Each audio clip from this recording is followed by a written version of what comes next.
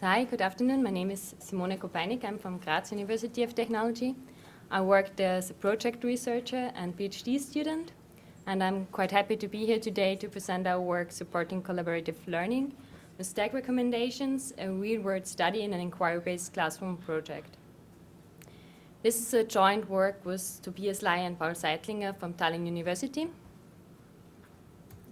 And what is the paper about? It presents a study that tests the impact on two cognitively inspired DAG recommendation algorithms on semantic stabilization in a real-world inquiry-based learning setting.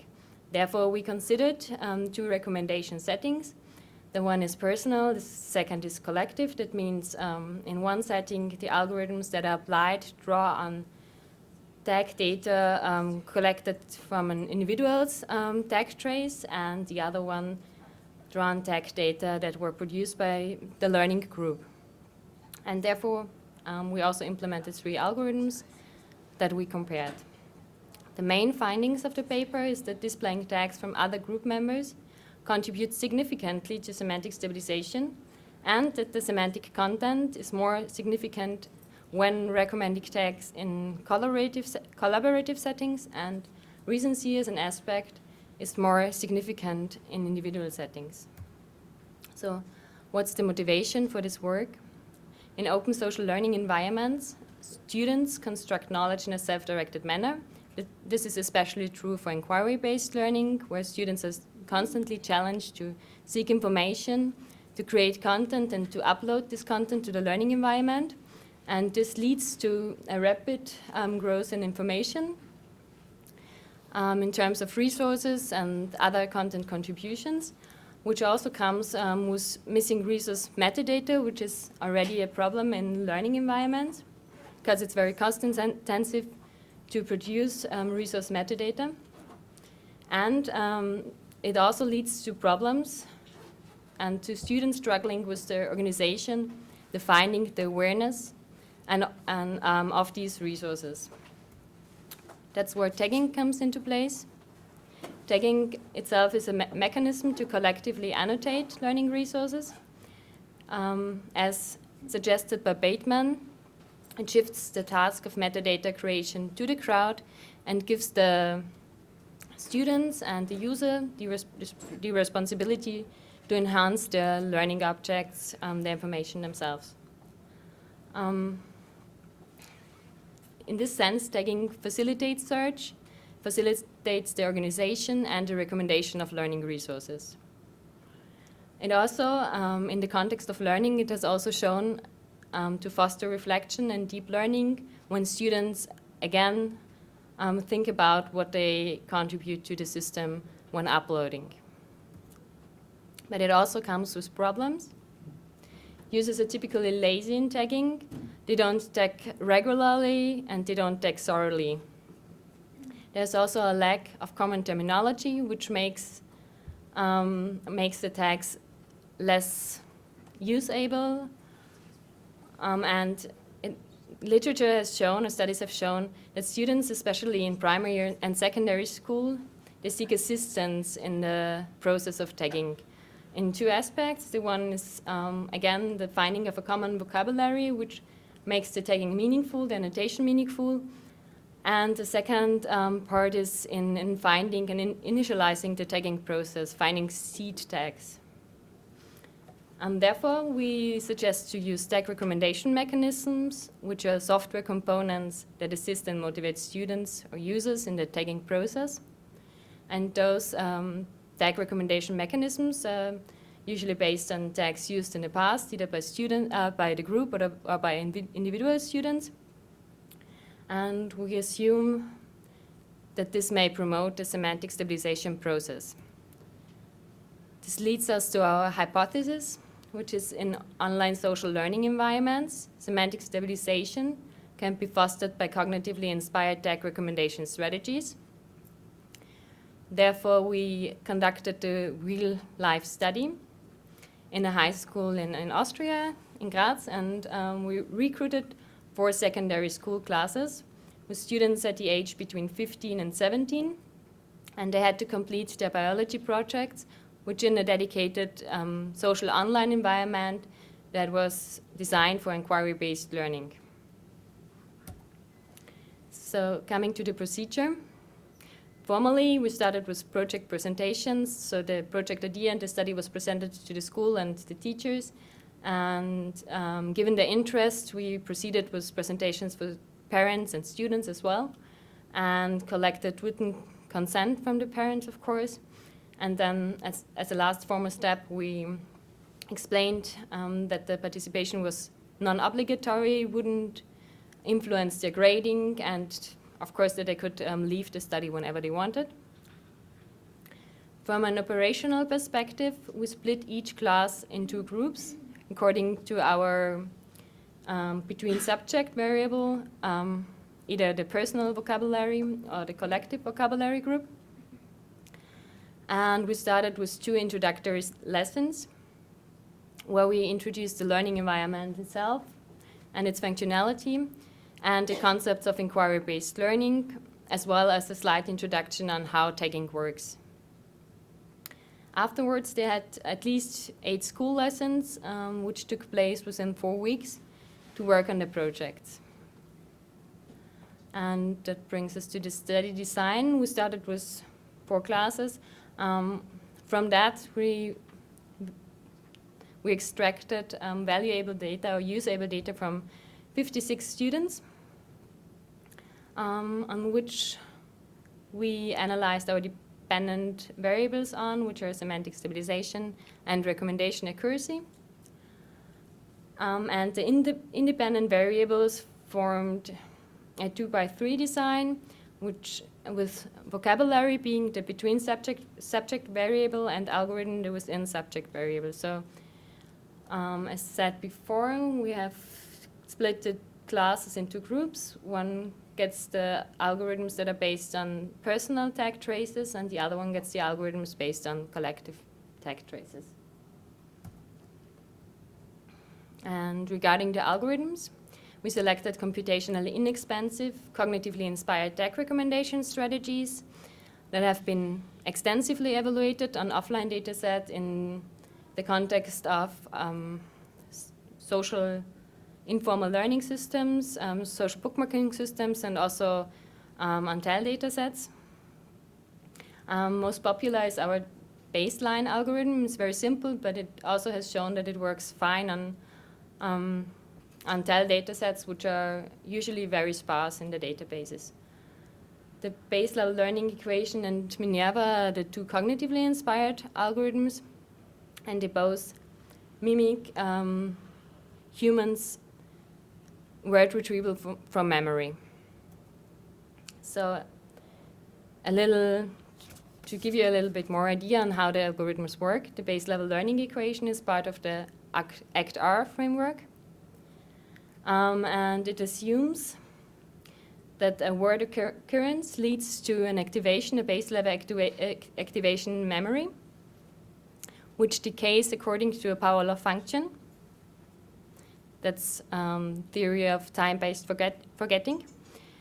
And in our case, we'll look at tag occurrences. So here, this picture shows that the tag occurred 10 days ago, 1 6 days ago, and 1 5 days ago, and every tag caused a base level activation for this word, and then fade out over time according to the power law function, and the remaining activation value at the present time can then be calculated by accumulating these activation values.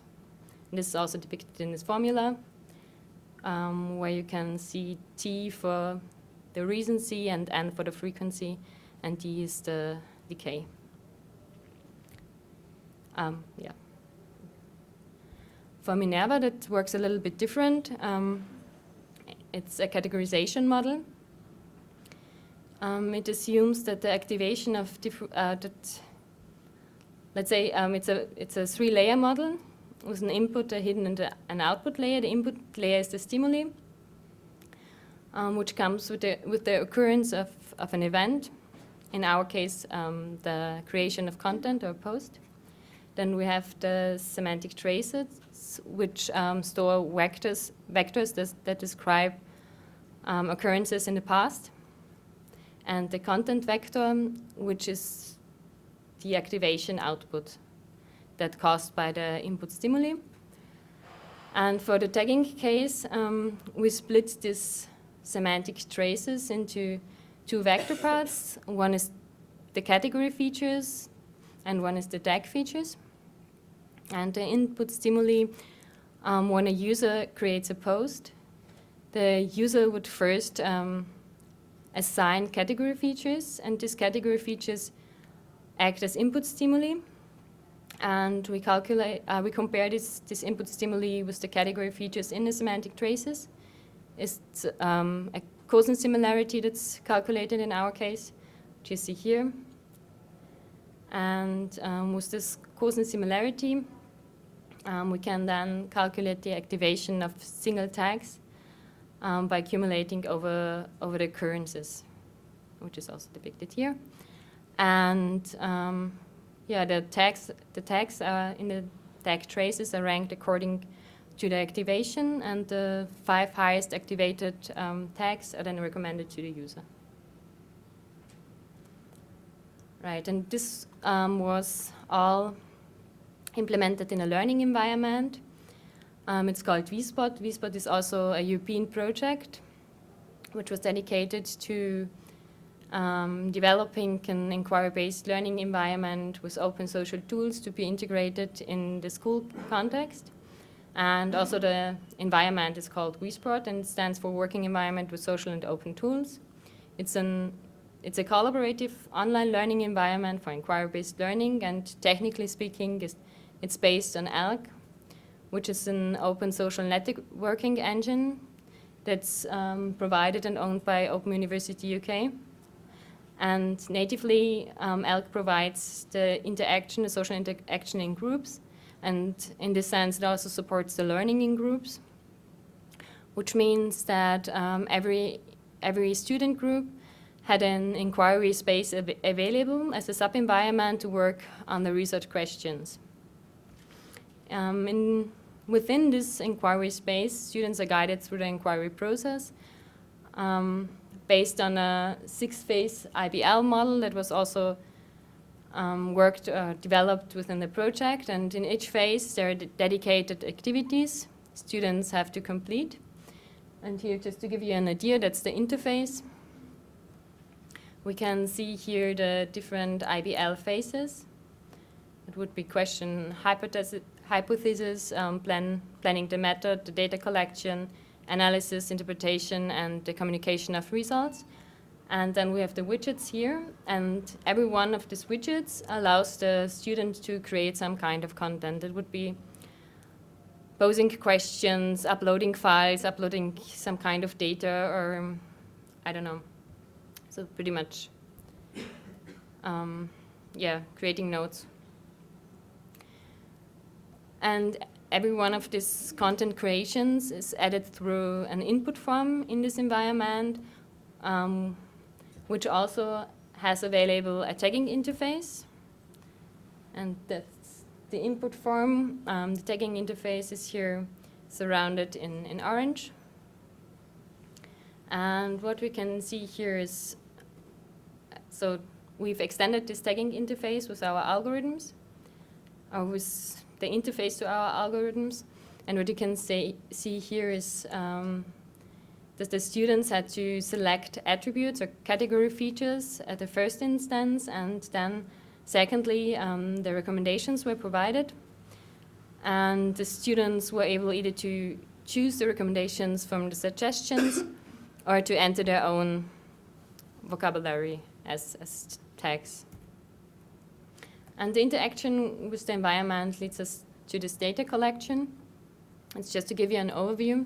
So we had 4 classes, and each class had a different research topic. It's not ideal, but that happened due to curricular restrictions in the school. And you can also again see that each class was split into 2 groups. And here we have the number of posts, the number of users, the number of tags, the number of unique tags. then the average number of tags per user and the average posts per user. So the values vary greatly, but as I said in an introduction, we didn't, well, students knew they didn't have to contribute to the study, so some were more motivated to work in the environment and others weren't so much. And also what we can see is the difference between the personal and the collective group, and we believe that this is because in the personal group, the cold start problem in tagging remained longer because the recommendations were only based on personal vocabulary. So they had to come up with their own tag seeds, which we know from literature is a problem for students at this age. So that might be another reason. But to go further, for our dependent variables, or to analyze our dependent variables, we selected for the tag growth or the semantic stabilization the class which showed the most activities in both groups, in the personal and the collective setting, and ended up with this data set. And for the recommendation accuracy calculations, we just subsumed all the tagging activity under the vocabulary conditions. So to measure semantic stabilization, there is a magnitude of methods out there in literature, but not so many anymore if you look at tag growth evaluation in the context of narrow taxonomies. Narrow taxonomies environments where only the user that uploads the content actually tags the content. And therefore we selected the macro tag growth method, which was introduced by Lin et al., which measures the social vocabulary growth at a systemic level. And to this end, for each inquiry group, we sorted the posts according to the timestamp. Okay, 5 minutes. I thought I was speaking very quickly. We sorted the post according to the timestamp, and then determined the tag growth with value pairs, where TGI is the number of tags and the number of tags occurring in I posts is F of TGI. And this leads us to this illustration, where we can see that at the beginning of the students interacting with the systems, the tag growth overlapped greatly, but around here the two curves diverge, and that indicates that students of the collective condition start to introduce less new tags or start to pick up the peers tags quicker. And this is just another visualization where you can see that this happens around about the 40th post that was, or the 40th contribution that was uploaded to the system. Right. So for recommender, to evaluate the quality of the recommendation itself, we looked at 3 commonly used matrices from recommender system research, recall, precision, and F-measure. And I think I skipped the explanation to this now. But, well, which brings us to the following results. So here you can see that's the personal condition and the collective condition. And we did a 2x3 ANOVA that revealed no significant main effects either for vocabulary nor algorithms, but significant interactions between the two factors. And that lets us assume that BLL, the frequency and recency-based algorithm, works significantly better in the personal setting, whereas it didn't work very well in the collective setting. And also it shows that Minerva, the semantic context-based algorithm, works better in the collective setting. Right. And the same is presented here in precision recall plots, where you can see the BLL algorithm here. And for the Minerva, it's not as clear to see, but if you look at the F values, or the cumulative values of, or the mean values of precision and recall, it looks it looks a bit clearer. So concluding, what I've presented is a real-world evaluation that investigates the application of tag recommendation approaches from two perspectives. One is the effect of collective tag recommendations on semantic stabilization, and the second one was the performance of two tag recommender approaches that imitate human behavior. And we can say that the drawing tag recommendations from collective vocabulary shows a greater effect on semantic stabilization than drawing on personal vocabulary, which was our hypothesis. And we can also see that for individual settings, or conclude that for individual settings, the aspect of recency plays a greater role, whereas in collaborative settings, the semantic context might be more influential. Thank you.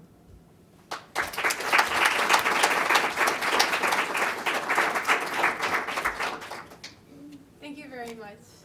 We have a few minutes to take questions.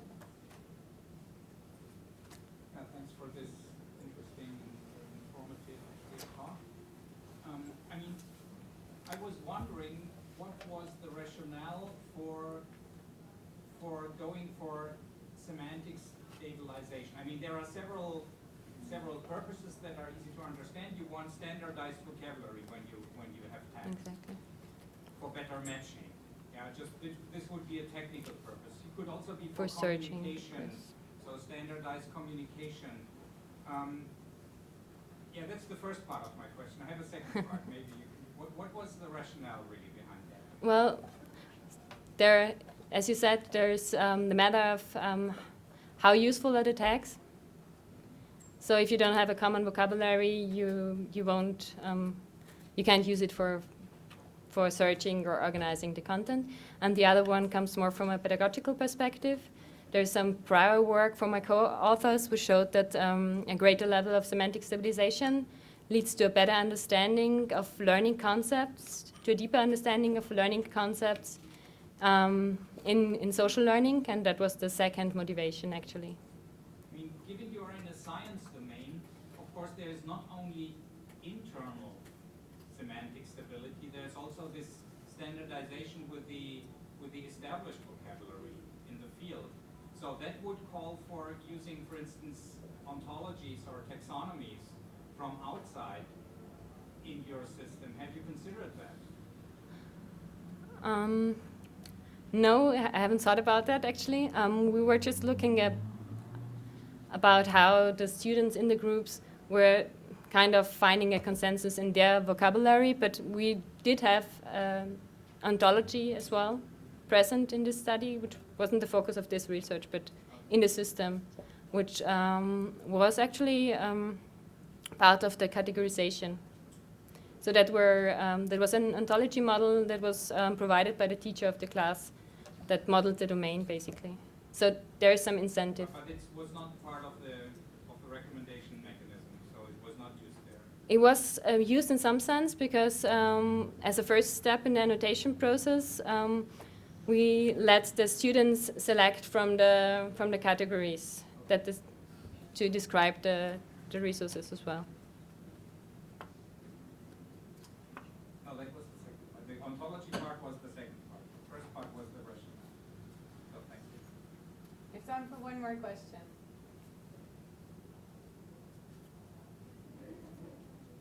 No? All right. Thank you very much.